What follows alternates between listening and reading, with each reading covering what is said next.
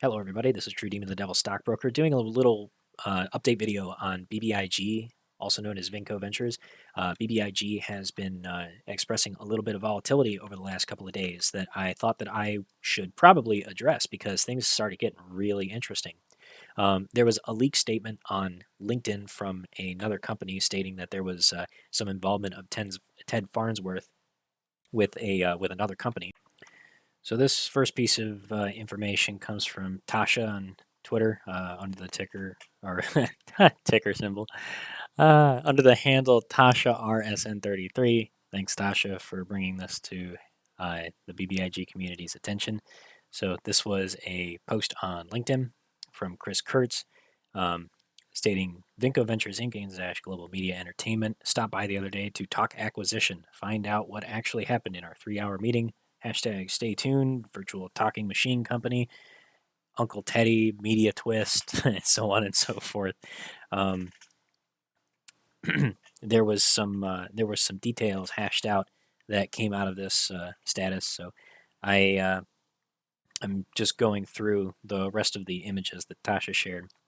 This one stated that ZASH also plans to make movies, although none is in the works immediately. Farnsworth said that he plans to start a record label affiliated with Lomotive, and that kind of goes along with what I originally had speculated, that between Lomotive, AdRiser, and Cryptide, that there are a lot of opportunities for Lomotive to be a differentiator in the media marketing and record labels industry, because they can not only provide a platform for up and coming artists and existing artists to get their material out there and connect with their fans, they also have the ability to create NFTs and monetize their content in a way that no other platform offers.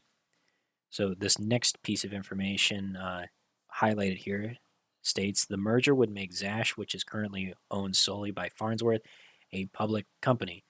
In addition to Lomotive, the combined company will control other digital platforms. So this is speaking on the acquisition and merger with Vinco Ventures, BBIG, and now the Media Twist Group, which has announced that their latest project, the virtual talking record label, producing music videos for top-grossing artists, including Sammy Hagar. So this is all some really nice news. It's all good catalysts, and not the only piece of interesting news that we got. What also came out was Axios.com pushed out an article. This came from @Jason on Twitter, Jason Calacanis. This this article, which is now paywalled. Let me see if I can get past this. There we go. Where there's a will, there's a way. So the FCC commissioner stated that governments should ban TikTok.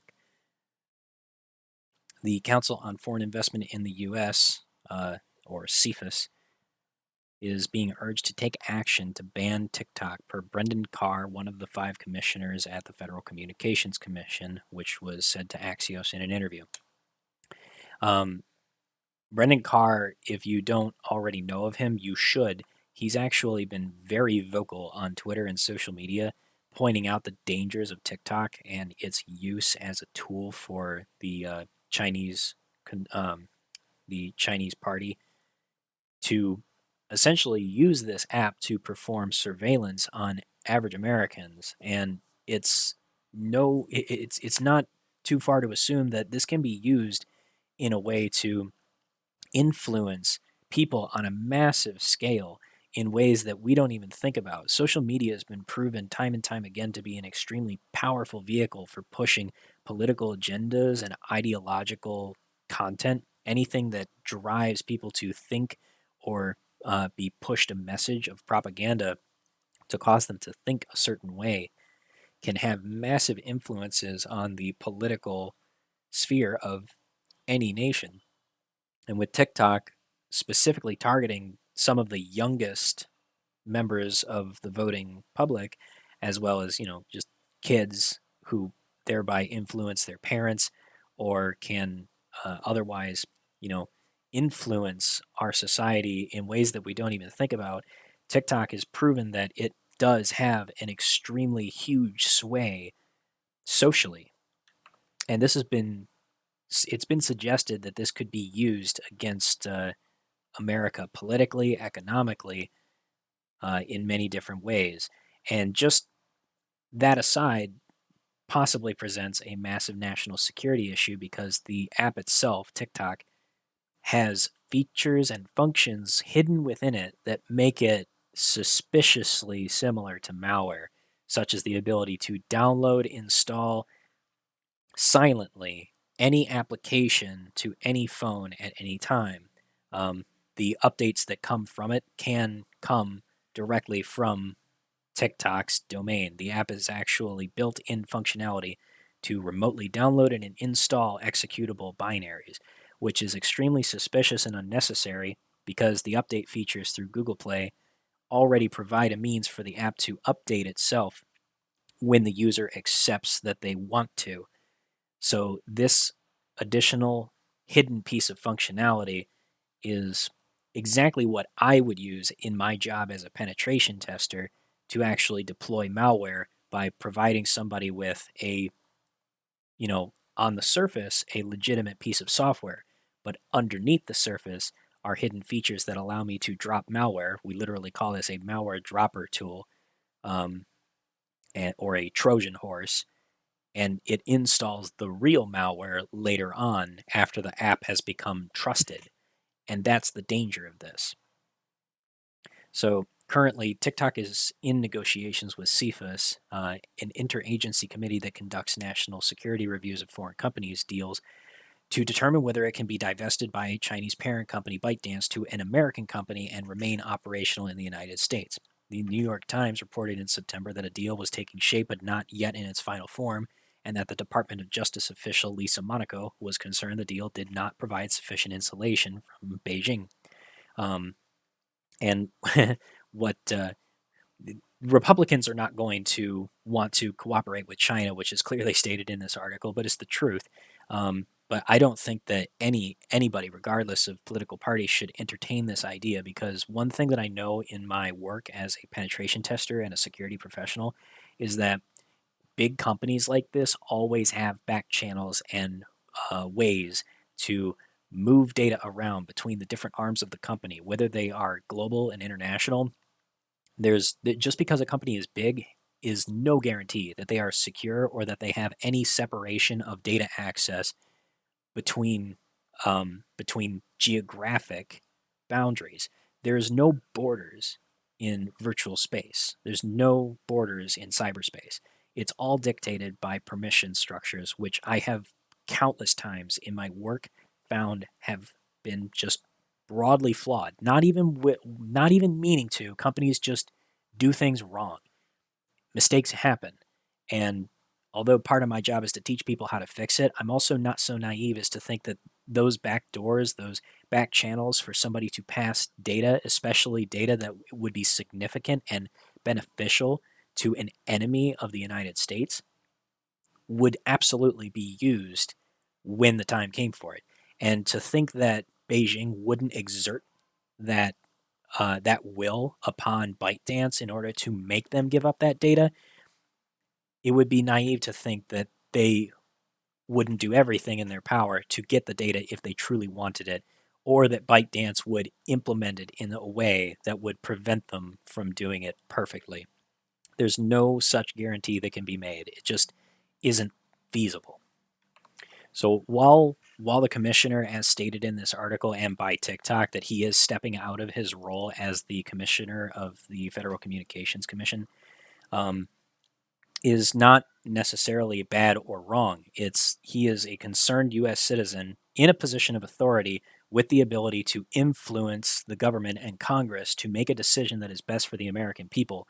And while this might, in some circles, be considered a very inconsequential issue, has massive implications for the United States, broadly speaking, because it's known that China and Russia got involved in our elections in some way, shape, or form, whether it was through propaganda or through direct tampering. But regardless, Foreign nations meddle in our elections, and they do it in different ways. One of those ways, which was proven, is that Facebook and other social media platforms can be used to drive ideological and propagandized content to people in order to sway their opinions and their decisions.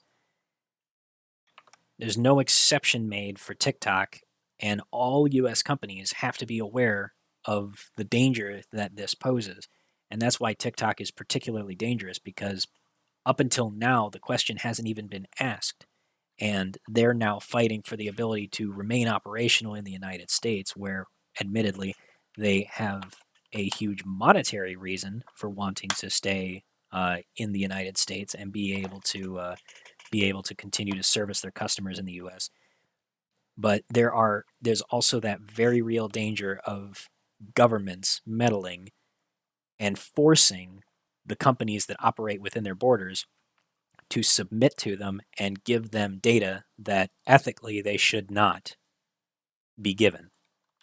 And while it would be disingenuous for me to not admit that I have an incentive to see TikTok banned, because Lomotif, the app that's created by Vinco Ventures and co-owned by ZASH Global Media, I am invested in this company. I do have an interest, a personal stake in the removal of TikTok as an application, because it is a competitor. So I don't want anybody to think that like my reasons are purely for the betterment of society, but I would say that that is the more important issue at hand. That socially and politically, TikTok presents a real danger to the national security of the nation. It does actually have it does present a serious issue.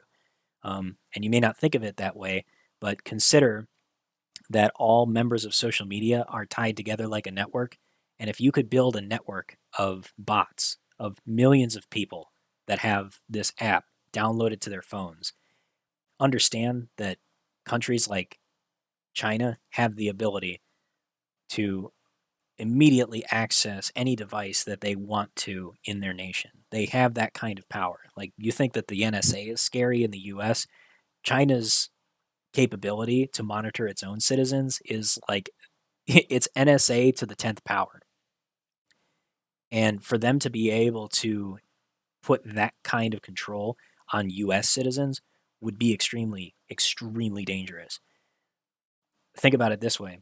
If you are a member of Congress and your kid uses TikTok, your kid brings whatever is on TikTok into your home network every time they walk off that school bus and step back inside your home and connect to your Wi-Fi. This is an opportunity for China to create a botnet. If it's being used this way, that's the potential ramifications, is that you can actually jump from a single application to a local network using other exploits. Don't believe that this isn't possible. This is exactly how worms like Stuxnet operated. A device was brought in that was infected with the Stuxnet virus, entered into an environment in the Iranian nuclear processing facility, and it immediately, once exposed to the network, attacked the centrifuges that purified the plutonium that was used for that, or the uranium for the enrichment process. That is what can happen. You bring in something dangerous into a network and you are not aware of the danger, it can be used to infect everything else that shares that network with that device. This is how worms work. And believe me when I say that China's China's cybersecurity division, or whatever you want to call them, cyber warfare division, they absolutely have greater capabilities than we give them credit for. So this is the real danger that I feel like TikTok poses if it's being used this way, or if it has the potential to be used this way. And maybe even members of ByteDance don't even realize that this power exists. And for all we know, the application could have been backdoored and poisoned by the Chinese government without anyone ever knowing. It's not highly likely, but it's a possibility. And just as well, somebody on the inside could be from the Chinese government or operating in the interests of the Chinese government. That could also easily happen. So I know that this kind of like comes off as conspiracy theory, but I just want you to think about the real security implications. Like this happens in the real world and in the security world all the time. For example, like Kaspersky, the company that makes Kaspersky antivirus, they had been compromised for more than 3 years without anyone ever realizing it. That company had already had somebody in full control of their network for 3 years before anyone ever noticed. And to think that a company like ByteDance, with the largest social media platform for short form content in the world, you have to think that the Chinese government, of all governments, would want to have some control over that. And that's worth acknowledging that danger exists. So I've gone and rambled on for long enough. I'm going to go bring it back to the charts with BBIG and go over some of the data. Big piece of information that I wanted to expose everybody to, for starters, was that you already know that we have broken out of a descending wedge pattern. We've been out of it for quite some time. We actually broke out sometime around the 4th of October, so we've been moving pretty much sideways that entire time for about 1.5 months now. But given that we have basically hit this floor at 90 cents where the price just doesn't want to break below, since we've broken out of this descending wedge, we haven't broken below 90 cents for more than 1 hour trading. So that's worth pointing out that we have a really solid floor of support below us. The second thing to notice is this big rally that we had here very recently. This was prompted by shorts covering. I can refer to Ortex, which provides the best source for up-to-date short data. Want to give a big shout out to the Ortex team, who is a partner with Hell's Trading Floor, and we do affiliate with Ortex. If it weren't for Ortex, we would certainly not have nearly the amount of luck that we've had in detecting short squeeze plays. So I wanted to go over the current case with BBIG. So the day before, when we had that big jump to the upside, I took note that during that time there was a very rapid surge in the change of borrowed shares. There was a massive decline in shares borrowed going on from around let's see, this was 3 o'clock Greenwich Mean Time. So that would have been, that was 10 o'clock. No, that started at 9 o'clock. 9 o'clock Eastern Standard Time. So going back to here at 9 Eastern, we started to get a push of volume in BBIG, and we'll match it up with the charts here in just a second. But there started to be this big volume of short covering or borrowed shares change to the downside. This indicates shares being returned, and you can see it right here. The shares returned skyrocketed to all the way up to around 5 million yesterday, and that was the day that we had a big push. This data hasn't quite filled out just yet. So where does that currently leave BBIG? Well, right now there's a short interest estimated at around 17% of the float. So currently, BBIG's float is somewhere around the range of 210 million shares. So that puts us somewhere in the range of like 35 to 37 million shares sold short on Vinco Ventures. Now, the availability of shares on Vinco Ventures is still pretty high. We have like over 800 according to IBKR index, that's Interactive Brokers.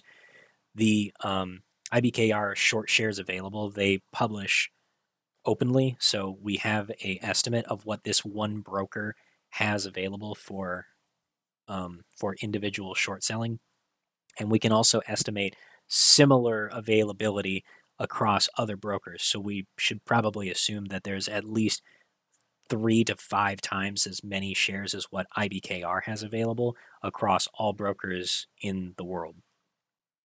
What this means is that out of all of the shares that are available on IBKR, there's probably at least 5 other brokers that have just as many, if not more, shares available to short. It is a pretty large float, but take note that the company still is very near to max utilization. We had a little bit of a drop in utilization recently, but we popped back up on November the 1st. And then all of a sudden, the share price started to skyrocket. Interestingly enough, that coincides with with that move that I pointed out on the returned shares on yesterday that started at around 3 o'clock p.m. Greenwich Mean Time or 9 a.m. Eastern Standard Time.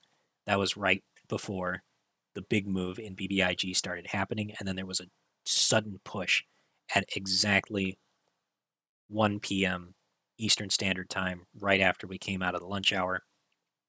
The stock market started pushing BBIG to the upside, and it closed down on the day, but reached a high of $1.04. This was a really short-lived rally, and there's not really much that I can base off of technicals, but what I can point out is that we are challenging this consistent resistance that we have here at $1.04. This range has been kind of like acting like a ceiling for BBIG, where every single time that we have challenged it in the last month or two, it's gotten slapped down pretty quickly. So I didn't change any positions in BBIG when I saw this initial move because I didn't see it holding up support, but that doesn't mean that this is over yet. BBIG continues to chop around, and what traders can continue to do is continue building a position to the long side of BBIG, continue selling covered calls out of the money at like $1, $1.50, and continuing to build income on a weekly basis, selling puts in order to increase their shares, or if you just want to have that rolling income, selling cash secured puts for 50-cent strike so that that's also out of the money. I believe that the chances that BBIG drops down to 50 cents are quite remote at this point, with how strong this support has become and how long BBIG has been trading at these levels. So it makes sense that when you see BBIG drop down below, I'd say the 92-cent level, sell a cash secured put, and whenever BBIG pops above $1, sell a covered call, and then wait out the volatility. When the volatility comes down, buy to close the position, take that income, profit. And that's essentially what I've been doing as we've chopped through this volatility. Sideways volatility, I should say. As far as catalysts go, we're still waiting on BBIG to complete its merger with ZASH Global Media, but we've been receiving some interesting rumors through the grapevine that the merger is going forward, and we've seen signs of progress coming from the team just in the last 2 months. They published more 8K filings than they did in the entire last year before. So, I mean, I got to take that as a good sign that they are getting work done, that things are moving forward, and progress is being made. We just have to be patient, wait this out, and I would anticipate that we will get at least news of a merger before January 30th, which would be the date that Vinco Ventures needs to get within NASDAQ listing requirements per the warning letter that was received from the NASDAQ several months ago. So I believe that the merger will happen well in advance of that, and that we will see the move happen in BBIG once that merger announcement and the date is given. And whether or not the move in the stock price happens on the date it's announced versus when the merger is actually effected remains to be seen. But in either case, I remain bullish for the future, and I'm expecting BBIG to finally receive an appropriate valuation once it completes its merger with ZASH Global Media, and we see a true valuation of both combined companies together. That's all I have for this video. Thank you guys so much for watching. If you like the content of this video and you want to see more, be sure to leave a like, subscribe to the channel, and if you want to join Hell's Trading Floor to get yourself some market education and learn how to make your money work for you, consider joining us at hellstradingfloor.com, where you can join our Discord at discord.gg/hellstradingfloor. Thank you so much for watching. I look forward to seeing you next time. Until then, have a hell of a time in the markets.